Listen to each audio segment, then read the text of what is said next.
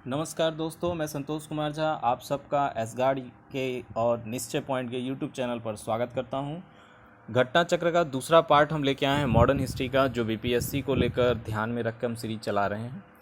जल्द ही पॉलिटी का भी सीरीज चौथा चैप्टर आपके सामने आएगा। आज हम दूसरे पार्ट में क्वेश्चन 16 तक कर चुके थे। पहले पार्ट में क्वेश्चन 16 के आगे 17वां से हम लोग क्वेश्चन पार्ट 2 में देखेंगे।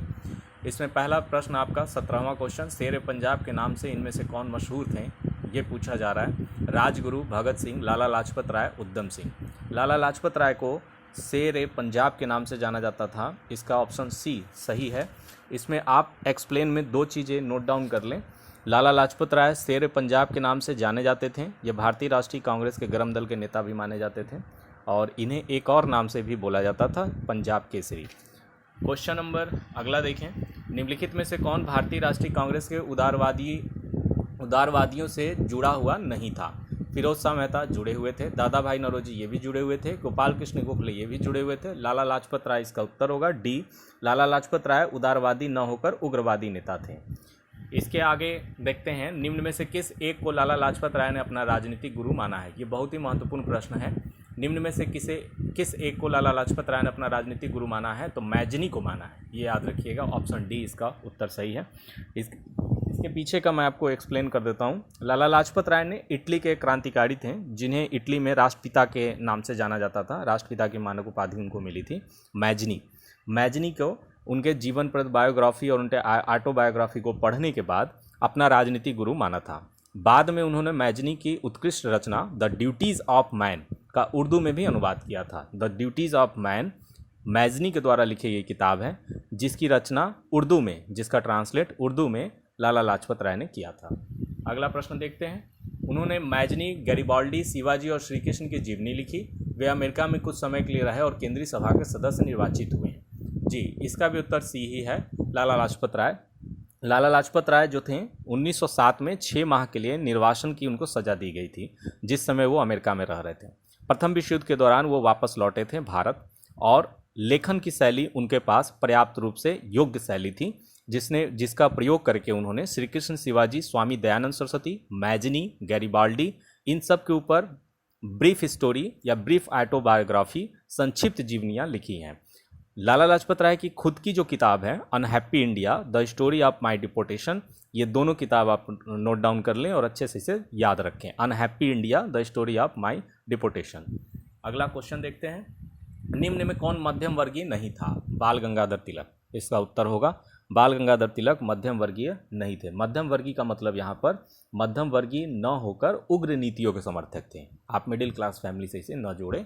इसका उत्तर ये है कि बाल गंगाधर तिलक मध्यम वर्गीय नहीं थे। Question number 22। निम्नलिखित नेताओं में से कौन एक स्वदेशी के समर्थक थे? अरविंद घोष, फिरोज शाह मेहता, दादा भाई नौरोजी, सुभाष चंद्र बोस। ये क्वेश्चन आप अच्छे से समझ लें। स्वदेशी आंदोलन जो था वो बंगाल विभाजन के विरोध में 1905 के बाद, आप इसको याद कर लें, 1905 के बाद अरविंद घोष के नेतृत्व में चलाया गया था, जिसमें अन्य नेता भी थे। पंजाब से लाला लाजपत राय थे, महाराष्ट्र बाल गंगाधर तिलक थे और बिपिन चंद्रपाल बंगाल से थे। तो इसका उत्तर तो अरविंद घोष होगा। और ऐसे नेता तो अगर इसमें दिए होते लाला लाजपत राय, तिलक, तो वो भी उत्तर होता। स्वदेशी के इसमें समर्थक अरविंद घोष थे। अगला क्वेश्चन देखिए। निम्नलिखित में किसे भारतीय अशांति के जनक के रूप में जाना जाता है? निम्नलिखित में किसे भारतीय अशांति के रूप में जनक में जाना जाता है? देखिए, इसका तो प्रश्न आपको पता ही होगा। इसका उत्तर लोकमान्य तिलक है। ये बहुत ही फेमस क्वेश्चन है। इसमें अब किसने कहा था? अगला क्वेश्चन, बाल गंगाधर तिलक को किसने अशांति का जनक कहा था? Lord Curzon, Vincent Smith, Valentine Chirol, Henry Cotton. याद रख लीजिए, वैलेंटाइन डे 14 फरवरी वैलेंटाइन सिरोल ने बाल गंगाधर तिलक को अशांति का जनक कहा था। इसके पीछे की लॉजिक मैं आपको बता दे रहा हूँ, जो आपको बहुत कम किताबों में पढ़ने को मिलेगी। तिलक सेवा और बलिदान में विश्वास करते थे, ठीक है, और ये अपना 1907 में कांग्रेस से अलग हो चुके थे। इन्होंने एंग्लो इंडियन नौकरशाही, जो एंग्लो इंडियन नौकरशाही थे, उन्हें विद्रोही समझती थी। सर वैलेंटाइन सिरोल ने उन्हें भारत में अशांति का जन्मदाता तक कहा था।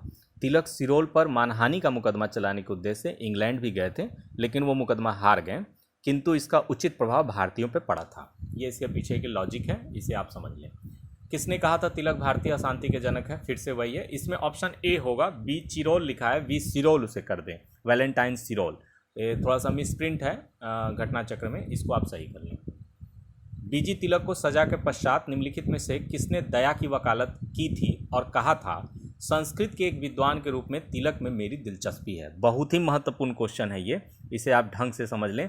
बीजी तिलक के जब सजा इनको प्राप्त हो गई थी तो दया की वकालत करके एक अंग्रेज व्यक्ति हैं जिन्होंने कहा था संस्कृत के एक विद्वान के रूप में तिलक में मेरी दिलचस्पी है, तो वो मैक्स मूलर थे। इसमें ऑप्शन नंबर बी सही है।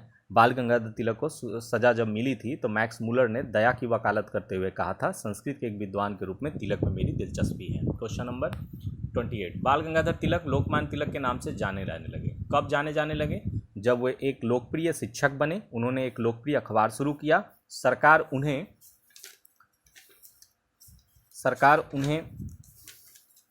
रैंड मर्डर केस में अभियुक्त बनाया, उन्होंने शिवाजी और गणपति उत्सव शुरू किया, और उपयुक्त में से कोई नहीं उपयुक्त। ये देखिए बीपीएससी का है, इसलिए इसमें क्वेश्चन ऑप्शन आपके 5 हैं, तो इसे समझ लीजिए। सरकार ने जब उन्हें रैंड मर्डर केस में अभियुक्त बनाया था, ऑप्शन नंबर सी इसका उत्तर सही है। ब्रिटिश सरकार, इसके पीछे लॉजिक जान लीजिए। ब्रिटिश सरकार ने बाल गंगाधर तिलक को पुणे में असिस्टेंट कलेक्टर उस समय के थे पुणे के, रैंड की हत्या के मामले में अभियुक्त बनाया था। तिलक को दोषी पाया गया और उन्हें 18 माह के कठोर कारावास की सजा सुनाई गई। जब वे जेल से बाहर आए तो वे एक राष्ट्रीय नायक, नेशनल हीरो के रूप में जाने जाने लगे और लोकमान्य की उपाधि उनको प्राप्त हुई। क्वेश्चन नंबर 29 है, 1908 में 6 वर्ष के कारावास की सजा स्वतंत्रता संग्राम के किस उग्रवादी नेता को दी गई थी? जी, क्वेश्चन नंबर आप समझ ही रहे हैं, बाल Gangadhar Tilak, option number B इसका उत्तर सही है। आपको लग रहा होगा कि ये सूरत अधिवेशन में जो गरम दल और नरम दल बटा है उसका ये सेकंड पार्ट है, मॉडर्न हिस्ट्री का हम लोग उस चैप्टर का कर रहे हैं, तो इसमें बाल गंगाधर तिलक तो सर्वोपरि रहेंगे ही। ठीक है, इसके पीछे मैं आपको बता दे रहा हूँ क्यों ये 6 वर्ष के लिए कारावास गए थे। 1908 में बाल गंगाधर तिलक का एक केसरी नामक पत्रिका थी, जिसका लेख में इन्होंने कुछ ऐसी चीज़ें लिखी थी जिस पे ब्रिटिश सरकार ने इनके ऊपर राजद्रोह का मुकदमा चलाकर 6 वर्ष के लिए कारावास की सज़ा देकर इन्हें मांडले जेल जो वर्मा में है वहाँ भेज दिया था। क्वेश्चन नंबर 30, 1908 में बाल गंगाधर तिलक को जेल हुई, 5 वर्ष की, 6 वर्ष की, 7 वर्ष की, 8 वर्ष की। अब इसे गलत आप ना करें, क्वेश्चन नंबर 30 का बी उत्तर सही है, 6 वर्ष की सज़ा हुई। 31, भारत के स्वतंत्रता आंदोलन के प्रारंभिक दौर में उग्रवादी विचारधारा को निम्नलिखित में से कौन सा एक निरूपित करता है? महत्वपूर्ण प्रश्न है, आईएएस प्री का 1998 का ये प्रश्न है। आयातित वस्तुओं पर देशज वस्तुओं को प्रश्रय देकर देशज वस्तुओं को उत्पादन को बढ़ावा देना, संवैधानिक साधनों और याचिकाओं के स्थान पर आक्रामक साधनों से स्वशासन प्राप्त करना, देश को आवश्यकता अनुसार राष्ट्रीय शिक्षा प्रदान करना, सैनिक विद्रोह द्वारा ब्रिटिश साम्राज्य के विरुद्ध बलात् राज परिवर्तन संगठित करना। ऑप्शन नंबर 20 का संवैधानिक साधनों एवं याचिकाओं के स्थान पर आक्रमण साधनों का स्वशासन प्राप्त करना, यही इसका उत्तर सही है। भारत के स्वतंत्रता आंदोलन के प्रारंभिक दौर में उग्रवादियों की यही विचारधारा थी, इसे आप एकदम कंठस्थ कर लीजिए। देखिए उग्रवादी जिसे हम कह रहे हैं, जिसे हम एंग्री मैन कहते हैं, गरम दल कहते हैं, उनका संवैधानिक आंदोलन में अंग्रेज़ों की न्यायप्रियता पर पूरी तरह से उनका विश्वास हट चुका था और वो शिष्टमंडल आवेदन प्रतिवेदन देकर किसी भी प्रकार की बात को साबित करने और उसको मनवाने के लिए तैयार नहीं थे। इसलिए उन्होंने दृढ़ निश्चय लिया था कि हम इसके लिए स्वराज शब्द का प्रयोग करेंगे और स्वराज का अर्थ विदेशी नियंत्रण से पूर्ण स्वतंत्रता था, जबकि उदारवादी दल का स्वराज का अर्थ साम्राज्य के अंदर औपनिवेशिक स्वशासन का था। चलिए, कुछ टेढ़े वर्ड्स आपको मिल गए, कोई बात नहीं। भारतीय मुसलमान समान रूप से उग्रवादी आंदोलन की ओर आकर्षित नहीं हुए, इसका क्या मुख्य कारण था? आईएएस प्री 1998 का क्वेश्चन है। उन पर सर सैयद अहमद खां का प्रभाव था। उग्रवादी नेताओं को मुस्लिम विरोधी दृष्टिकोण अपनाए थे। मुस्लिम आकांक्षाओं के प्रति उदासीनता का भाव था। उग्रवादियों की हिंदू अतीत का राग अलापने की नीति थी। जी, उग्रवादियों की हिंदू अतीत का राग अलापने की जो नीति थी उसके कारण भारतीय मुसलमान सामान्य रूप से उग्रवादी आंदोलन की ओर आकर्षित नहीं हो पाए थे। क्वेश्चन नंबर 32 का ऑप्शन नंबर डी सही है। भारतीय मुसलमान जहां पर सामान्य रूप से उग्रवादी आंदोलन की ओर आकर्षित नहीं हुए, उसका यही कारण था कि उग्रवादी नेता हिंदू अतीत को वापस लाने की बात करते थे। अरविंद घोष ने इस क्रम में कहा था, स्वतंत्रता हमारे जीवन का उद्देश्य है और हम हिंदू धर्म ही हमारा इस उद्देश्य की पूर्ति करेगा। इन सब चीज़ों से, राष्ट्रीयता एक धर्म है और वह ईश्वर की देन है, इन सब चीज़ों से थोड़ा सा मुस्लिम संप्रदाय जो था वो उग्रवादी आंदोलन की ओर आकर्षित नहीं हो पाया था। आज का 33 क्वेश्चन नंबर, बाल गंगाधर तिलक सांप्रदायिकतावादी थे।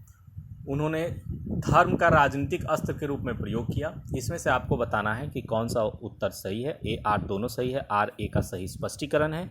ए आर दोनों सही है परंतु आर ए का सही स्पष्टीकरण नहीं है। ए सही है परंतु आर गलत है, ए गलत है परंतु आर सही है। देखिए क्वेश्चन नंबर 33 का ऑप्शन नंबर डी सही है, ए गलत है परंतु आर सही है। इसको समझिए कैसे। तिलक सांप्रदायिकवादी नहीं थे। वे प्रथम राष्ट्रवादी नेता थे जिन्होंने जनता के निकट का संबंध स्थापित करने का प्रयत्न किया था। इस दृष्टि से वे महात्मा गांधी के अग्रगामी माने जाते थे। इस उद्देश्य से उन्होंने अखाड़े, लाठी क्लब, गौ हत्या विरोधी सभाएं स्थापित की थी। उन्होंने महाराष्ट्र में शिवाजी महोत्सव तथा गणपति पर्व आरंभ किया था ताकि जनता में राष्ट्र की सेवा का भावना जगे।